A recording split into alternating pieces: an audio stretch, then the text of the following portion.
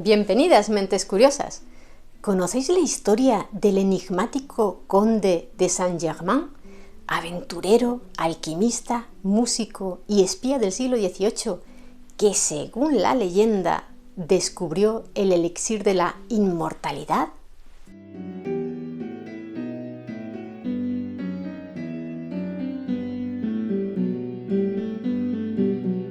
Seguro que muchos habéis oído hablar de Matusalén, el personaje más longevo de los que aparecen en la Biblia, ya que según el Antiguo Testamento llegó a vivir 969 años.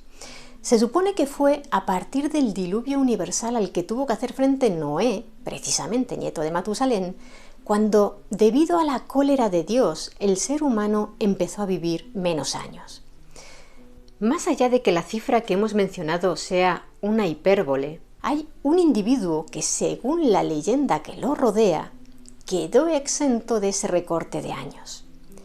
Muchos creen que en realidad es la misma persona que el mítico judío errante. El protagonista de nuestro vídeo de hoy es conocido como el Conde de Saint-Germain. Un personaje del que no conservamos demasiadas fuentes históricas fiables, ya que muchas, ya os adelanto, están llenas de exageraciones. Ni siquiera se sabe cuándo ni dónde nació. Él mismo se ocupó de envolverse con un halo de misterio, ya que siempre reconoció que Saint-Germain no era su nombre real, pero ocultó el verdadero y su país de origen. Llegó a este mundo entre 1690 y 1710. Como veis, se usa una horquilla de 20 años. Según la leyenda, nació en 1691 en un castillo de los Montes Cárpatos. Su último protector y buen amigo suyo, el príncipe Carlos de Hesse-Kassel, aseguraba que Saint-Germain le contó que había nacido en 1696 y era hijo del príncipe Francisco Rákóczi II de Transilvania, pero que nunca reconoció de forma abierta quién era su padre como medida de protección, dada la persecución que la dinastía de Rákóczi II sufrió por parte de los Habsburgo, a los que se había enfrentado en el marco de la Guerra de Independencia húngara. Pero atención, porque hay fuentes que han apuntado a un origen español para Saint-Germain. Según estas, era hijo natural de la reina viuda de Carlos II, Mariana de Neoburgo, que habría tenido el bebé con un banquero madrileño cuando se instaló en la ciudad francesa de Bayona, tras ser desterrada de Madrid por Felipe V en 1701. Hay otras muchas teorías, desde que era un Medici hasta que era hijo natural del rey de Portugal, Juan V. Por cierto, el hecho de que Saint-Germain hablara español y portugués sin ningún acento refuerza para algunos la teoría de su origen peninsular, pero es que el conde también hablaba muy bien alemán, inglés, italiano, francés, árabe, ruso, latín, griego, chino, sánscrito. De hecho, quienes lo conocieron coinciden en señalar que era un hombre carismático, muy cultivado e interesado en las artes, la medicina, la ciencia, la política. Algunos os preguntaréis, ¿y ese nombre francés? Saint-Germain. Hay quien señala que es un sobrenombre que tomó del latín, Sanctus Germanus, santo hermano. Sabemos de este personaje por primera vez en torno a 1743 en Londres, donde se instaló y obtuvo cierto reconocimiento como músico, ya que era un gran violinista. Incluso participó en la composición de la ópera L'Incostanza de Lusa, estrenada en el Haymarket Theatre en 1745 con algunas canciones de su autoría. Y llegó a publicar varias piezas para violín, entre otras obras. Pero a finales de 1745 fue arrestado en Londres, sospechoso de apoyar a los jacobitas, es decir, la causa de Carlos Eduardo Estuardo, conocido como Bonnie Prince Charlie, quien pretendía arrebatar el trono británico a Jorge II. De la detención de Saint-Germain tenemos noticia a través de una carta del escritor y político inglés Horace Walpole, en la que explicaba: el otro día capturaron a un hombre extraño que se hace llamar Conde de Saint-Germain. Ha estado aquí 2 años y no dice quién es ni de dónde, pero reconoce que no lleva su verdadero nombre. Canta, toca maravillosamente el violín, compone, está loco y no es muy sensible. Se le llama italiano, español, polaco. Alguien que se casó con una mujer de gran fortuna en México y huyó con sus joyas a Constantinopla. En dicha carta, Walpole explica que incluso el príncipe de Gales, Federico Luis de Gales, había mostrado curiosidad por el misterioso personaje y que había intentado realizar averiguaciones sobre sus orígenes, pero sin éxito. Saint-Germain enseguida fue liberado sin cargos debido a la falta de pruebas sobre su apoyo a los jacobitas, pero no tardó en abandonar la capital británica. Lo hizo al año siguiente, en 1746. Muchas fuentes señalan que no se supo nada más de él durante más de una década porque, según apuntan unos, se marchó a Alemania para trabajar en sus experimentos químicos y alquímicos y, según otros, viajó a la India y al Tíbet. Pero en el sitio web francés Savoir d'Histoire, en un artículo muy interesante sobre este personaje, se menciona una carta que el conde envió solo 3 años después de marcharse de Londres, en 1749. Estaba dirigida a Lord Charles Cadogan, que vivía en Inglaterra, y en ella Saint-Germain le contaba a su amigo que se sentía muy solo en el Alto Palatinado, en Baviera. También reconocía haber visitado en 5 ocasiones París, donde se había enamorado de una mujer llamada Madame d'Augny, que había terminado casada un año antes, en 1748, con un varón, lo que le había roto el corazón a Saint-Germain. Volvemos a tener noticias del conde precisamente en París. Tardó una década en regresar. Fue en 1758 y se cree que lo hizo acompañando a Charles-Louis Auguste Fouquet, duque de Belle-Île, oficial y diplomático francés que había sido nombrado mariscal en 1740 y que se convirtió en su protector después de que el conde supuestamente lo curara en Viena de una grave enfermedad. Fue en la Ciudad de la Luz donde se forjó realmente la leyenda de Saint-Germain. Según otras versiones, ya ves que hay versiones para aburrir, el conde se trasladó a Francia tras visitar otros países en diferentes misiones políticas, ya que en numerosas ocasiones ministros de las Cortes europeas lo contrataron como espía. El caso es que llegó a París a principios de 1758 y tenía muy buena relación con el duque de Belle-Île. Seguramente fue este poderoso hombre, que ese mismo año fue nombrado secretario de Estado para la Guerra, quien le hizo posible establecer contacto con la corte del monarca francés, Luis XV. Saint-Germain escribió al director de los edificios del rey, puesto ocupado por el noble Abel François Poisson de Vandières, marqués de Marigny, para ofrecer sus servicios al monarca.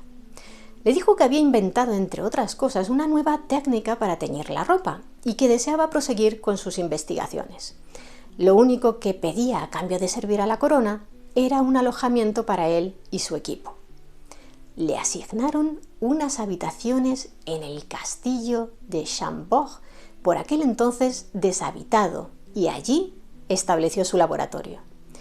Sin embargo, viajaba mucho a París, porque, menuda coincidencia, el marqués de Marigny, en quien había despertado un vivo interés, le habló a su hermana de este misterioso personaje. ¿Y quién era su hermana? Jeanne-Antoinette Poisson, más conocida como Madame de Pompadour, una gran mecenas del arte y la cultura y también cortesana, la favorita del rey Luis XV. Así, Madame de Pompadour terminó llevando a Versalles a este interesante conde que siempre vestía de forma muy refinada y elegante, como lo eran sus modales, para que pudiera conocerlo en persona el monarca galo. El rey quedó entusiasmado con el personaje, que hacía tal ostentación de riqueza que todos creían firmemente que era de ascendencia noble. Saint-Germain pasaba veladas enteras con el monarca y Madame de Pompadour en Versalles. A todo esto, él seguía sin querer dar pistas sobre su verdadera identidad. Y supongo que eso hizo surgir las sospechas de un hombre muy poderoso de la corte de Luis XV, el recién nombrado ministro principal del Estado, el duque de Choiseul. Una de las fuentes que parecen más creíbles acerca de la figura de Saint-Germain son las memorias que nos dejó el diplomático alemán Karl Heinrich Baron de Gleichen, que conoció en persona a nuestro protagonista en 1759. El barón nos explica en dicha obra que Choiseul decía conocer el origen del conde. Según sus informaciones, era hijo de un judío portugués y, en palabras del duque, engañaba la credulidad de la ciudad y de la corte. En presencia de Gleichen, Choiseul también dijo, al parecer en tono enfadado: «Es extraño que a menudo se permita al rey estar casi solo con un hombre así, cuando él nunca sale, excepto rodeado de guardias, como si por todas partes hubiera asesinos». Más adelante veremos cómo Choiseul intentó desacreditar a Saint-Germain. En sus memorias, el barón de Gleichen describió a nuestro protagonista como un hombre de mediana estatura, muy robusto, vestido con una soberbia y refinada sencillez. La primera vez que ambos hablaron lo hicieron de pintura y, curiosamente, Saint-Germain le descubrió a su interlocutor una obra de Murillo, la Sagrada Familia, que según el barón igualaba en belleza a la que había de Rafael en Versalles. Asimismo, Gleichen quedó impresionado por la cantidad de joyas que Saint-Germain lucía. «Creí estar viendo los tesoros de la lámpara maravillosa», escribió el barón, que después expresó sus dudas sobre si quizás, dados los conocimientos químicos que poseía el conde, no era él mismo quien fabricaba las piedras preciosas que mostraba a todo el mundo. Se cuenta que Saint-Germain lucía diamantes hasta en las hebillas de los zapatos y que también los llevaba en sus bolsillos como forma de pago. Llegó a correr el rumor de que, como alquimista, había conseguido la fusión de muchos diamantes pequeños para fabricar uno grande, o que era capaz de transmutar metales. Se supone que trabajó en la transmutación de metales vulgares en oro. Durante 6 meses, el barón Gleichen acompañó a menudo a Saint-Germain, así que llegó a conocerlo un poco, y eso es mucho tratándose de un personaje tan misterioso. Descubrió, por ejemplo, la inigualable capacidad del conde narrando historias.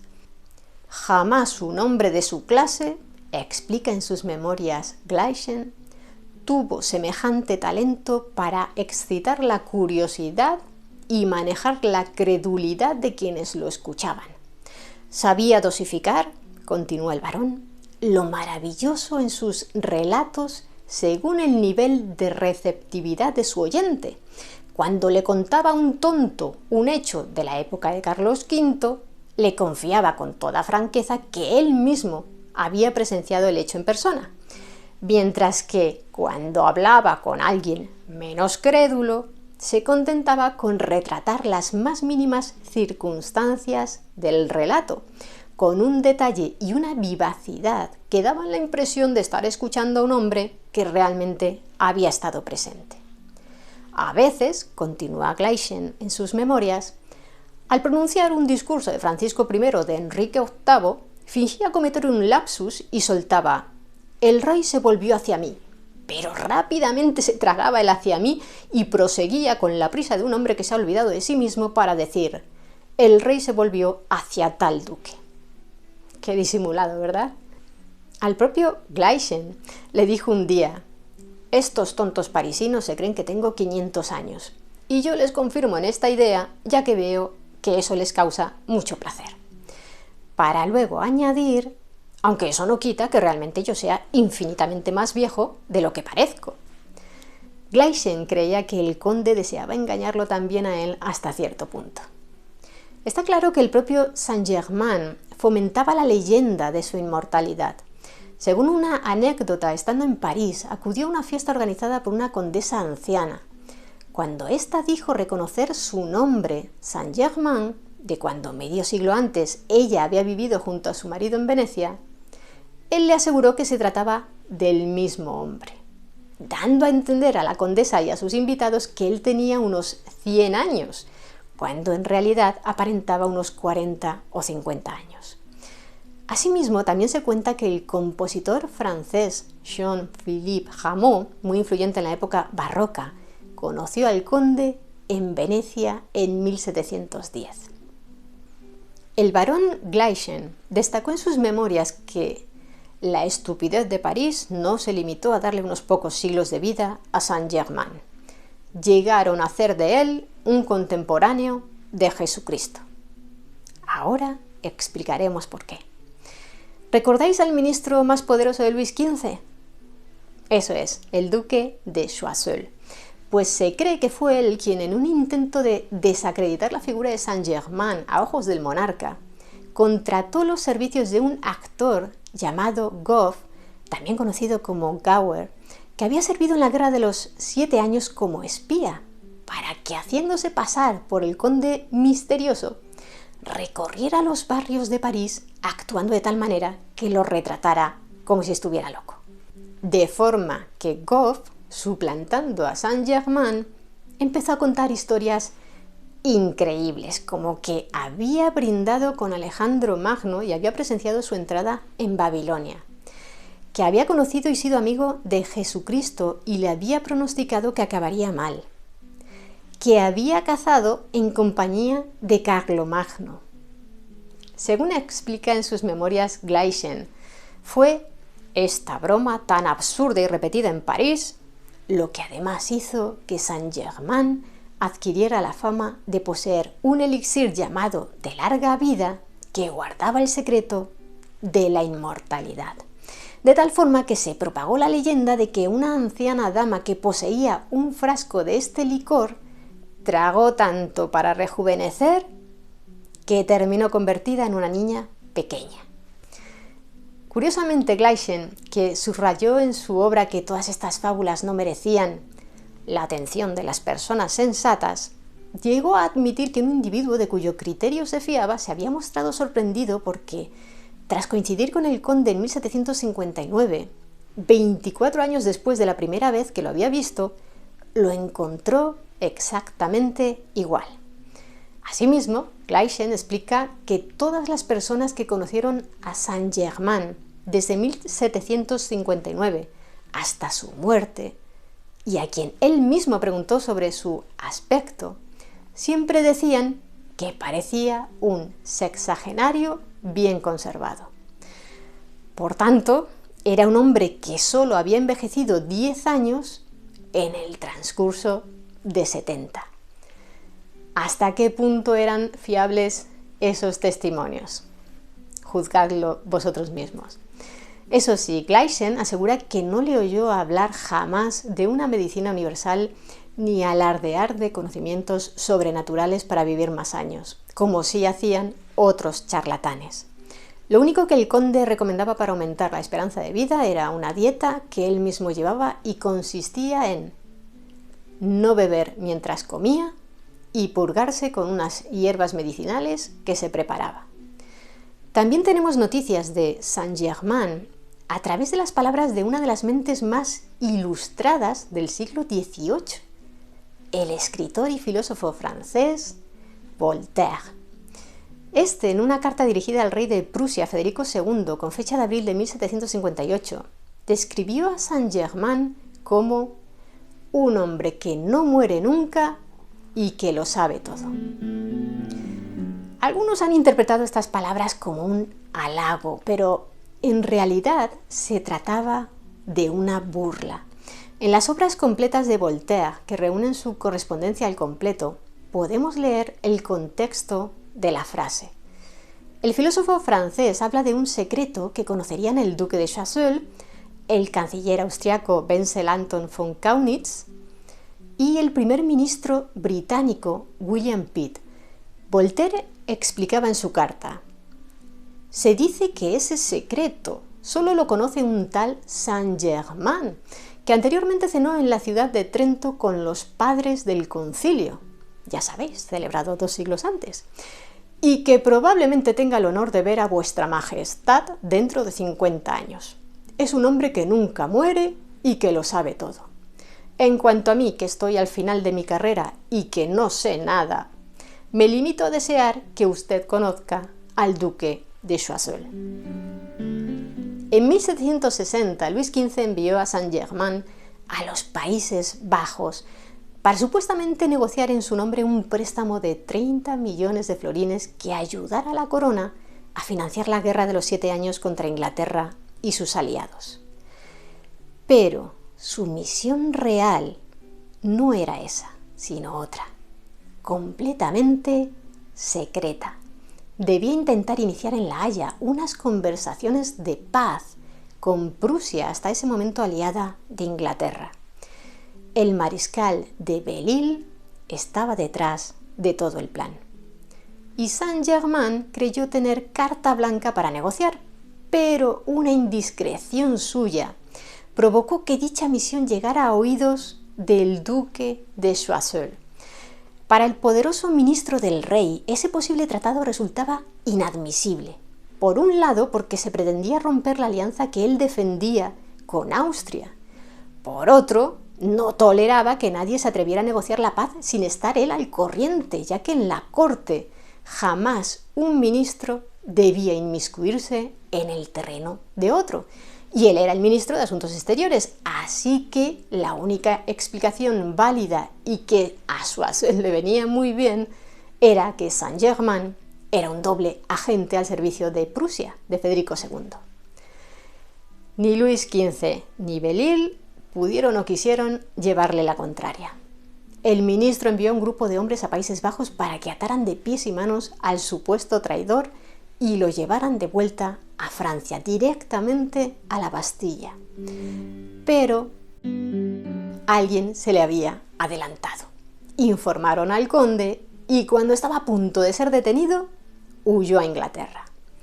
Se quedó en Londres durante unos meses, pero tampoco allí lo querían, así que volvió a Países Bajos y en Nijmegen, cerca de la frontera alemana, adquirió una gran propiedad y se dedicó a la investigación de tintes y colores usando el sobrenombre de Conde de Surmount. Al parecer, era muy común que cambiara de nombre.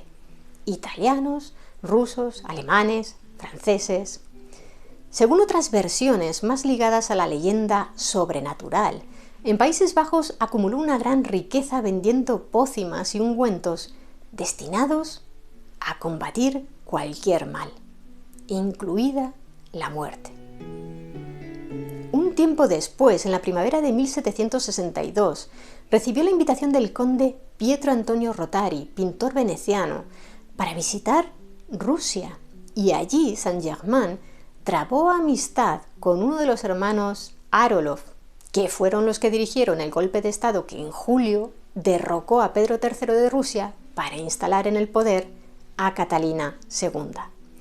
Algunas fuentes apuntan que el conde incluso participó en la rebelión que convirtió en emperatriz de Rusia a Catalina la Grande. Saint-Germain estuvo viajando entre otros lugares por Prusia, Rusia, Italia, Inglaterra, Austria y vendía a los distintos gobiernos los secretos de sus tintes. Se cree que en torno a 1766 llegó a estar bajo la protección del rey Federico II de Prusia, pero se marchó de allí muy pronto. Y en 1770 reapareció en la ciudad italiana de Livorno con nombre ruso y ataviado con un uniforme de general ruso. El conde Alexei Grigorievich Arolov, conocido por su talante orgulloso, lo trataba con una consideración que nunca mostraba por nadie, según cuenta en sus memorias el barón Gleichen. En sus periplos por tierras europeas, Saint-Germain a menudo se alojó en palacios de príncipes, pero igual que tuvo aliados, también se forjó enemigos que lo persiguieron acusándolo de timador y conspirador. De ahí el cambio constante de nombre. La muerte le llegó a Saint-Germain, cerca de Schleswig, en Eckernförde, el 27 de febrero de 1784, después de que un año antes empezara a empeorar de su reumatismo. Falleció con unos 93 años si tomamos como cierto que nació en 1691. Durante sus 5 últimos años de vida fue huésped del príncipe Carlos de Hesse-Kassel, que lo admiraba mucho y era masón, alquimista y practicante de ciencias ocultas. 3 años antes de fallecer Saint-Germain, el príncipe había puesto un laboratorio a su disposición para que prosiguiera con sus investigaciones sobre tintes y realizara otros experimentos científicos. Según explica la web Savoir d'Histoire, que apunta que por aquel entonces el conde vivía ya de forma modesta, sin diamantes, sin instrumentos musicales, sin libros y con una sola comida al día. Asimismo, Saint-Germain se dedicó en estos últimos años a fabricar medicinas que vendía a los ricos y regalaba a los pobres. Hesse-Kassel describió al conde como quizás uno de los más importantes sabios que haya existido jamás. En pleno siglo de las luces, el siglo XVIII, a Saint-Germain se le ha considerado un maestro de lo oculto. Se le atribuye una obra esotérica titulada La Santísima Trinosofía, escrita supuestamente por un prisionero de la Inquisición. El manuscrito original se encuentra en la mediateca Jacques Girard de Troyes, en Francia, y está compuesto por 95 hojas. En esta misteriosa obra ilustrada encontramos símbolos cabalísticos que parecen jeroglíficos y citas en diferentes idiomas como el hebreo, griego o árabe. En realidad no está claro quién la escribió, pese a que la afirma un personaje que se hace llamar Conde de Saint-Germain. Hay historiadores que creen que pudo escribirla un supuesto discípulo suyo, Cagliostro, cuyo verdadero nombre fue Giuseppe Balsamo, un alquimista y ocultista italiano que recorrió el territorio europeo vendiendo curas milagrosas y enunciando profecías. Se cuenta que la copia manuscrita que hoy está en Troyes fue incautada por la Inquisición en 1789 a Cagliostro, mientras era prisionero en el castillo de Sant'Angelo, y que después se la llevó uno de los generales de Napoleón, André Masséna, cuando tomaron la ciudad. Finalmente, tras el fallecimiento del hijo del general Masséna, la mediateca de Troyes compró el manuscrito en 1855. ¿La muerte puso fin a la leyenda del conde de Saint-Germain? Pues no, porque se cuenta que siguió viviendo durante siglos, recorriendo el mundo. De hecho, solo un año después de su fallecimiento oficial, aseguraron que asistió a una reunión de masones en Wilhelmsbad, Alemania. Se supone que en vida frecuentaba los círculos masónicos. Así, el príncipe Carlos de Hesse-Kassel fue una figura muy influyente de la época en el mundo de la masonería, los rosacruces y los estudios herméticos. Dentro del folclore también tenemos una historia con solo un siglo de antigüedad y que apunta a que en realidad el conde era un vampiro. A principios del siglo XX llegó a la ciudad de Nueva Orleans un hombre llamado Jacques Saint-Germain, con una personalidad arrolladora y mucho dinero. Se ganó el favor de un gran número de mujeres, pero muchas de ellas terminaban desapareciendo. Cuando la población del lugar se percató de ello, hay varias versiones de la historia. Según unos, cuando fueron a pedirle cuentas al tal Saint-Germain, lo hallaron en la casa, pero logró escapar. Según otros, ya no estaba en su mansión. Sí estaba, en cambio, el cadáver de su última víctima, con un mordisco en el cuello. Y la leyenda sigue viva. Algunos creen que Saint-Germain continúa entre nosotros más de 200 años después de su muerte oficial. ¿Y vosotros qué opináis de la leyenda del conde de Saint-Germain? Me gustaría que nos lo contarais abajo en los comentarios. Y si queréis conocer más historias interesantes, suscribíos a nuestro canal. Muchas gracias por estar ahí, mentes curiosas. Nos vemos en el siguiente vídeo.